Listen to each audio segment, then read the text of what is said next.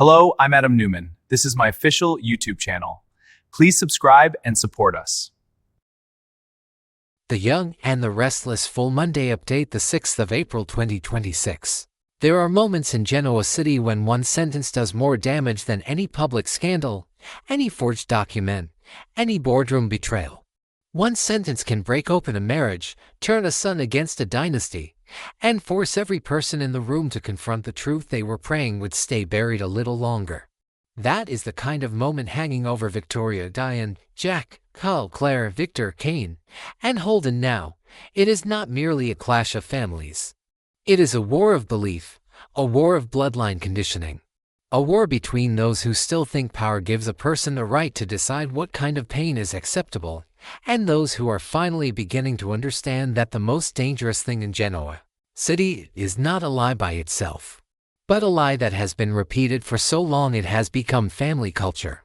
What makes this whole story feel so explosive is that every character standing in the middle of it believes, in some part of their soul, that they are the one trying to survive.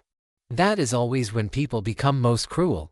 They stop asking whether they are crossing a line. They only ask whether the line is helping them win.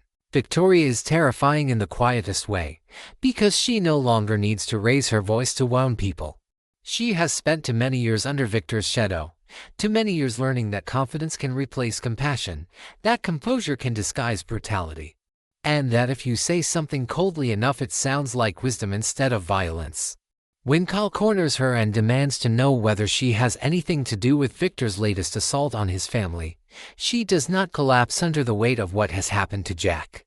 She does not recoil from the horror of kidnapping, manipulation, and the possibility that an old enemy like Patty was used as a weapon in a deeply personal vendetta. Instead, she does something even more revealing. She retreats into the Newman doctrine. She recasts cruelty as consequence. She frames Jack not as a victim of monstrous games, but as a man who made the wrong move and paid for it. That kind of reasoning is not strength, it is corruption dressed as discipline. And yet the reason Victoria works so well in this story is because she is not a cartoon. She is tragic. Somewhere inside her is still the daughter who learned early that Victor's approval was oxygen, and that questioning him often came at a personal cost. She has spent so long translating his ruthlessness into strategy that she cannot always hear how monstrous it sounds when spoken aloud. That is why her attack on Diane lands like a blade instead of a taunt. It is not just meant to hurt. It is meant to redirect blame, to preserve the Newman wall, to remind the Abbotts that if their marriage is crumbling then perhaps the crack was always inside their own house. It is an efficient move, clever and vicious, and it says everything about who Victoria becomes when family loyalty is threatened. She does not merely defend Victor. She protects the worldview that created him. That is why Diane's collapse feels so devastating. She is not a woman having a passing moment of insecurity. She is a woman watching the central promise of her emotional life begin to rot in real time. Diane has survived humiliation, suspicion, town-wide contempt, and the impossible weight of being the woman so many people were waiting to see fail again. She accepted all of it because Jack was supposed to be the fixed point, the man whose love would justify every ugly road she had to walk to stand beside him. That is what makes Victoria's words so merciless. They reach directly into Diane's deepest fear and pull it into daylight. Not that Victor is evil. Diane already knows that. Not that the Newmans are capable of dirty tactics. Genoa City has known that for years. The true wound is the suggestion that none of Victor's plotting would matter if Jack himself was not already capable of betraying her. Once Diane lets that thought in, even for a second, everything begins to shake. The mind is cruel in moments like that. It starts rewriting history at once. Every promise suddenly sounds conditional. Every loving memory becomes suspect. Every sacrifice begins to feel foolish. A woman who has spent months, even years, fighting to believe in her marriage can come apart in an instant once she begins to suspect she has been defending a fantasy rather than a man. That is where Diane is most compelling here. She is not simply angry at Jack. She is ashamed of how much she needed to believe in him. Shame is often more destructive than rage, because rage still presumes the right to accuse. Shame turns inward. It whispers that perhaps the real humiliation is not what he did, but what she so desperately wanted to deny. Kyle is caught inside the ugliest possible version of adulthood, the version where loyalty to both parents starts to feel like lying to one of them. He wants to protect Diane from despair, because no son wants to stand there and watch his mother unravel under the weight of romantic devastation. He wants to protect Jack too, because for all the flaws and chaos surrounding the Abbott family, Jack is still his father, still the man he has built so much of his emotional compass around. But the trouble with moments like this is that neutrality becomes impossible.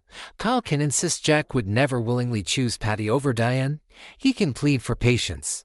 He can remind Diane that panic distorts memory, and that trauma can blur perception. Yet none of that can erase the image now poisoning her thoughts. Jack conscious, Jack present, Jack not a helpless puppet but a man who perhaps stood too close to betrayal with his own eyes open. What I find especially strong about this setup is that Diane's fear is not irrational even if it may be wrong. People often think paranoia is only compelling when it is later proven correct, but that is too simple. The real emotional damage comes from the possibility. Diane does not need hard proof to start bleeding emotionally. She only needs one credible doubt. Victoria gives her exactly that. She does not offer evidence, because evidence would limit the damage to a fact that could be contested. Instead, she offers suggestion, and suggestion is much more lethal. It infects everything. Diane begins doing the rest to herself, and that is what makes Victoria's move so brutal. She does not shatter Diane with a weapon. She hands her the shard and lets her cut herself with it. Then Jack appears, and suddenly all the speculation, all the anxiety, all the internal spiraling crashes into the one thing nobody in that moment is emotionally ready for. The actual man at the center of the devastation. There is something almost unbearable about imagining Diane standing there with her grief still fresh, her pride already in ruins. And Jack walking toward her, perhaps thinking explanation is still possible, perhaps believing hope still exists in the space between them. Hope can be almost offensive in moments like that. If Diane has already spent the last stretch of time convincing herself that Jack may have consciously broken her, then his hopeful face may only make her angrier. Sometimes the person asking for understanding arrives a few seconds too late, and those few seconds change the emotional climate completely. Jack's position here should not be romanticized. Even if he is innocent in the literal sense, even if he truly was ensnared and victimized by Victor's scheme, he still stands at the center of a marriage crisis that is no longer only about facts. It is about vulnerability. It is about whether he understood how much Diane had already risked for him. It is about whether he saw how fragile her trust remained beneath all her confidence. Men like Jack often believe that if the truth clears them, then the relationship can eventually be restored. But truth is not always enough. A marriage damaged by humiliation suffers in layers. Diane is not just hurt by what may have happened. She is humiliated that something so grotesque could be done to their bond so publicly, so cruelly, so personally. Even innocence cannot fully erase the stain of that. Victor, of course, remains the storm behind the storm.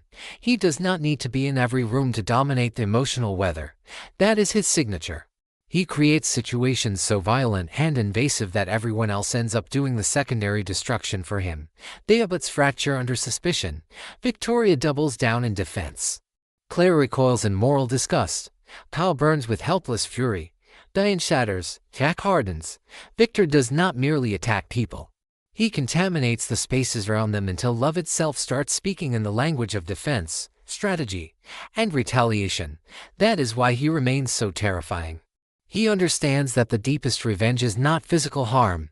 It is forcing a family to wound itself. Claire may be the only Newman who can still see that clearly without instinctively dressing it up as necessity. Her significance grows in this storyline because she has lived under manipulation in a form far more obvious and psychotic. Which means she recognizes the pattern even when Victor gives it an elegant business polish. Where Victoria hears paternal resolve, Claire hears coercion. Where Victor hears survival, Claire hears moral erosion. She understands that once people begin justifying emotional cruelty as a tool, they rarely stop at one victim. They begin reshaping everyone around them into accomplices, defenders, and collateral damage. That is what she fears. Not simply that Victor has hurt Jack and Diane or targeted the Abbotts. She fears becoming another Newman trained to excuse it. If Victoria's pressure begins to outweigh Claire's conscience, then the emotional stakes of their relationship become even more tragic. Victoria likely believes she is guiding Claire into the family legacy, teaching her how the world really works, helping her toughen up. But what if Claire sees that invitation for what it is, a recruitment into inherited moral numbness? That realization could be the final break in her illusion about the Newmans.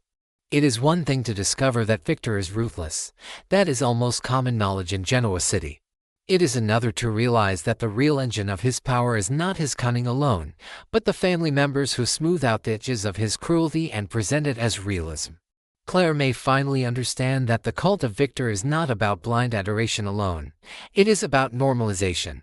It is about teaching each new generation that pain is unfortunate but acceptable if the right person benefits.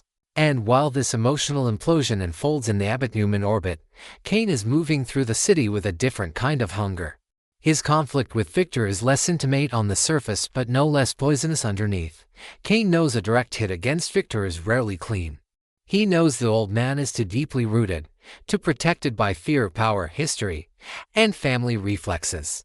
So like anyone trying to take down a giant in Genoa City, he begins reaching for less obvious tools.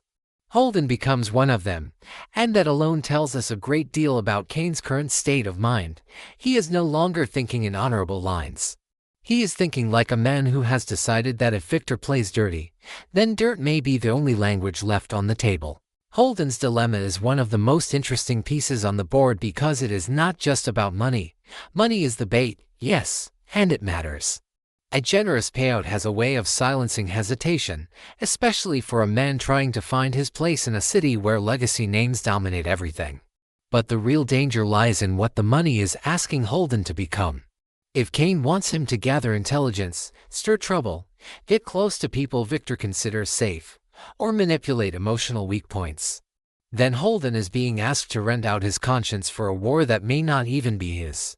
Men often tell themselves that one dirty job does not define them. Genoa City is built on that lie. One dirty job leads to one more, and one more after that. Until a person wakes up to discover he has become useful to monsters precisely because he stopped distinguishing between survival and surrender. Claire's presence complicates everything for Holden because she humanizes the battlefield. It would be one thing for him to help Kane from a distance, treating the entire conflict as a business operation or a tactical strike against Victor. It becomes something else entirely if Claire can be used as a path inward. If Kane even hints at using Claire's trust, emotions, access, or loneliness to get around Victor's defenses, then Holden faces a genuinely damning choice. He could tell himself Victor deserves it. He could argue that Claire herself does not agree with her grandfather and therefore any information drawn from proximity is part of a larger good, but those would still be excuses. The truth would be uglier. He would be exploiting a woman already struggling to free herself from manipulation by subjecting her to a subtler version of it. This is where the writing can become deliciously dark, because every side now risks resembling the enemy it claims to oppose. Victor weaponizes family. Victoria weaponizes emotional pressure. Kane weaponizes opportunity. Holden may be tempted to weaponize intimacy. Kyle weaponizes accusation because he is desperate for answers. Diane weaponizes doubt against herself. Jack, if pushed too far, may weaponize revenge. No one remains clean for long in a city where the first instinct after being wounded is not healing, the counterattack. And honestly, that is one of the things this show does best when it is in top form. It reminds us that the truly dangerous people are not always the ones who throw the first punch. They are the ones who convince everyone else that throwing the next one is justified. I think the emotional heart of this whole story lies in Diane and Claire, even though they stand on opposite sides of the family tree. Diane represents what happens when a woman has staked her emotional future on love she believed was finally safe, only to find that safety can be destroyed not just by betrayal but by the suggestion of betrayal. Claire represents what happens when a young woman stands at the threshold of a powerful family and begins to realize that belonging might cost her moral identity. One is fighting not to lose faith in the man she chose. The other is fighting not to lose herself in the family she came from. Both are standing inside systems that demand too much from women, and then act shocked when those women begin to break. Victoria, by contrast, is what happens when the breaking happened long ago and was repurposed into discipline. She is formidable because she does not appear broken. She appears sharpened. But sharpened by what? By years of defending a father who made love conditional on usefulness, by years of being rewarded for hardness, by years of learning that empathy only slows you down when the family name is under siege. I do not say this to excuse her. She is deeply culpable in the damage she causes. But I think fairness requires seeing that Victoria's coldness did not emerge out of nowhere. It was cultivated. It was praised. It was mistaken for maturity. That does not make her less dangerous. It makes her more tragic and, in some ways, more frightening, because she truly believes she is being the adult in the room while she is slicing open wounds that may never fully close. As for Carl, the worst may still be ahead of him. A son can survive scandal, even conflict, but it is much harder to survive the moment when he realizes both his parents are asking him to emotionally choose. Diane's despair pulls him toward her. Jack's likely explanations and buried fury pull him the other way. Victor's machinations make neutrality impossible. Victoria's contempt makes the Abbott-Newman divide more personal than ever. If Carl starts to believe that no one is being fully honest with him, his own anger could become volatile. He may turn from defender to investigator, from son to judge. And once that happens, even well-meant protection can start looking like control. There is also the possibility that Jack, once he understands the depth of Diane's pain, does not respond with softness first. He may respond with rage, not at her, but at what Victor has done to them. That would be understandable, but dangerous, because when wounded men prioritize vengeance over reassurance, they often widen the wound they are trying to avenge. Jack may feel that proving Victor cannot get away with this is the only dignified response. Diane may hear that as one more sign that his first instinct is war, not repair. That kind of mismatch destroys couples. They can both be suffering from the same event and still move in opposite emotional directions. He wants to hit back. She wants to know if her heart was ever truly safe with him at all. And that is the cruel genius of Victor's attack. Even if every detail is eventually exposed and Jack is vindicated, the emotional poison has already spread. Diane has already pictured the worst. Carl has already had to watch his mother crumble.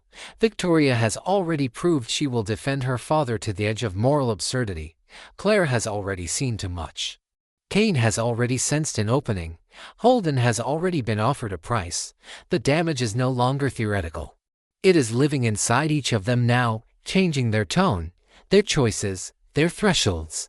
That is what the best soap arcs understand. Truth arriving later does not erase the version of events people survived before the truth came. By the time this explodes fully, I would not be surprised if the deepest fracture is not between the Abbotts and the Newmans, but within each family itself.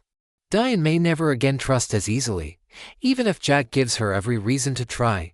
Carl may stop viewing Victor as a distant rival and start seeing him as a personal destroyer.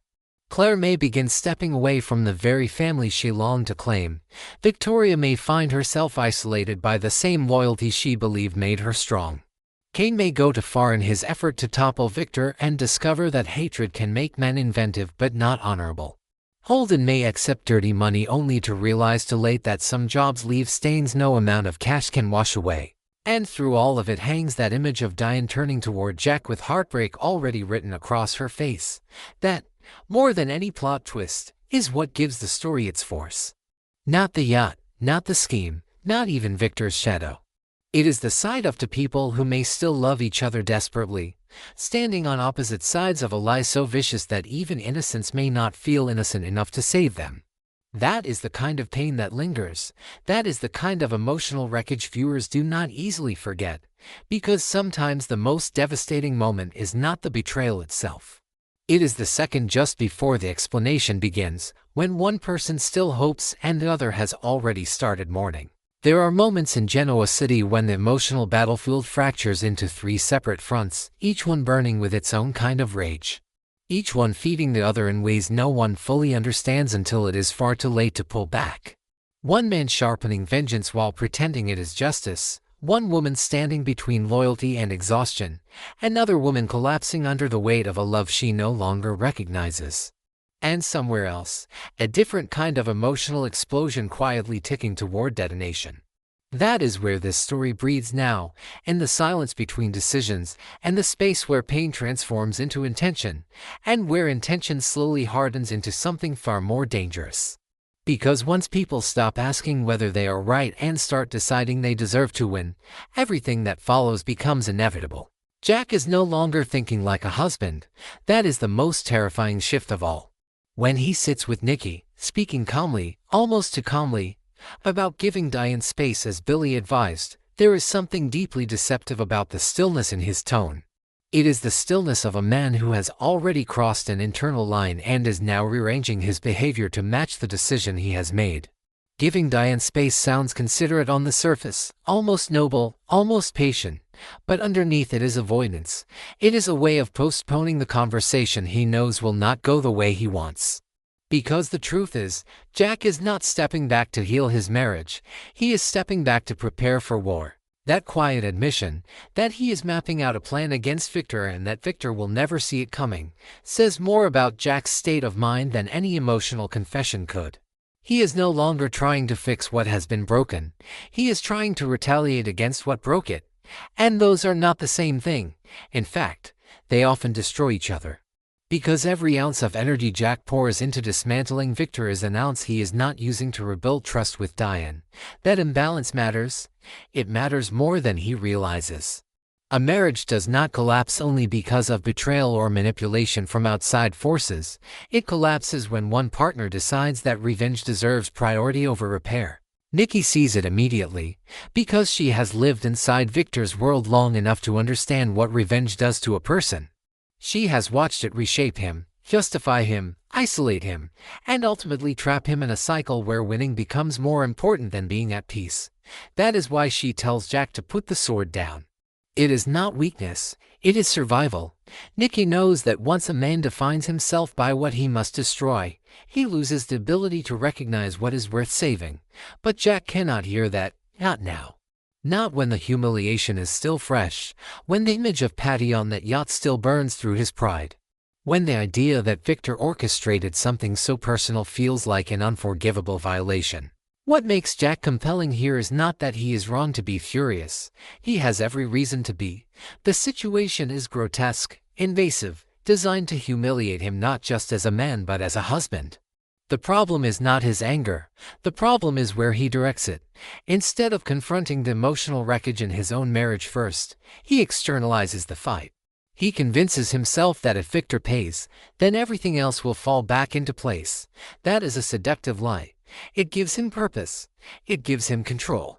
It gives him something to do instead of sitting in the uncomfortable reality that Diane is questioning whether she ever truly knew him at all. And that is where Diane's pain becomes unbearable to watch. While Jack is sitting in society, constructing a war in his mind, Diane is alone with a far quieter, far more devastating conflict.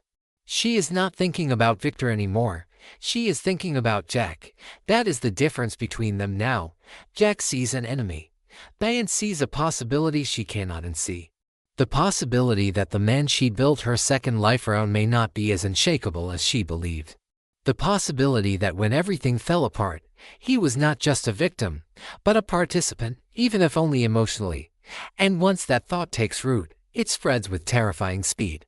It is easy to underestimate how destructive doubt can be inside a relationship like theirs. Diane did not just fall in love with Jack. She rebuilt herself around him. She endured judgment, suspicion, rejection, all because she believed that this time, with him, it would be different. That belief was not casual. It was foundational. It was the structure holding her together. So when that structure begins to crack, she does not just lose trust.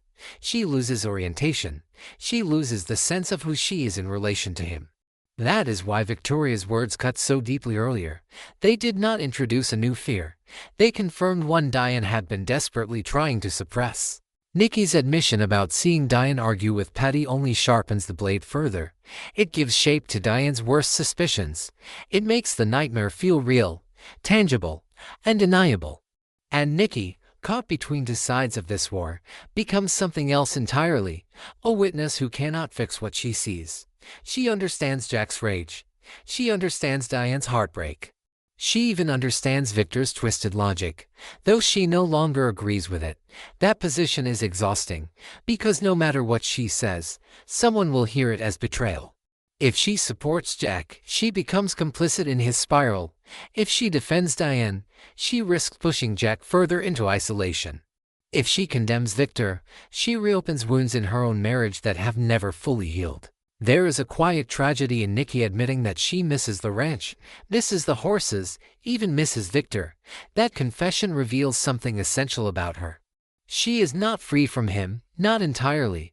Even when she stands apart, even when she refuses reconciliation unless he comes to her, there is still a thread pulling her back. That thread is history, dependency, familiarity, and something darker. The understanding that loving someone like Victor means accepting a version of life where peace is always temporary. Nikki knows that. She has lived it. That is why she fears Jack is walking into the same kind of emotional trap, one where revenge feels righteous but slowly erodes everything else. While Jack loads his weapon and Diane questions her entire reality, another story unfolds across the city with a different kind of tension, quieter but no less explosive. At Crimson Lights, the atmosphere is deceptively calm. Coffee, conversation, memory. But beneath it sits something far more dangerous. Audra and Noah are not just reminiscing about London. They are reopening a wound that was never fully closed. And Sienna, watching from the edge of that moment, becomes the human embodiment of everything that could go wrong next. Audra is not careless. She knows exactly what she is doing when she revisits those memories with Noah. She is not simply indulging in nostalgia. She is testing the boundaries of what still exists between them. The mention of London is not innocent. It is strategic. It is emotional leverage disguised as reflection. When she brings up the past, when she asks whether he remembers the good moments, she is guiding him back into a version of himself that once chose her. That is powerful. Memory is one of the most effective tools in emotional manipulation because it does not feel like manipulation. It feels like truth. But truth filtered through longing can be just as dangerous as any lie. Noah, for his part, is not immune. He admits he remembers. He admits the pain, but also the warmth. That duality is where people become vulnerable.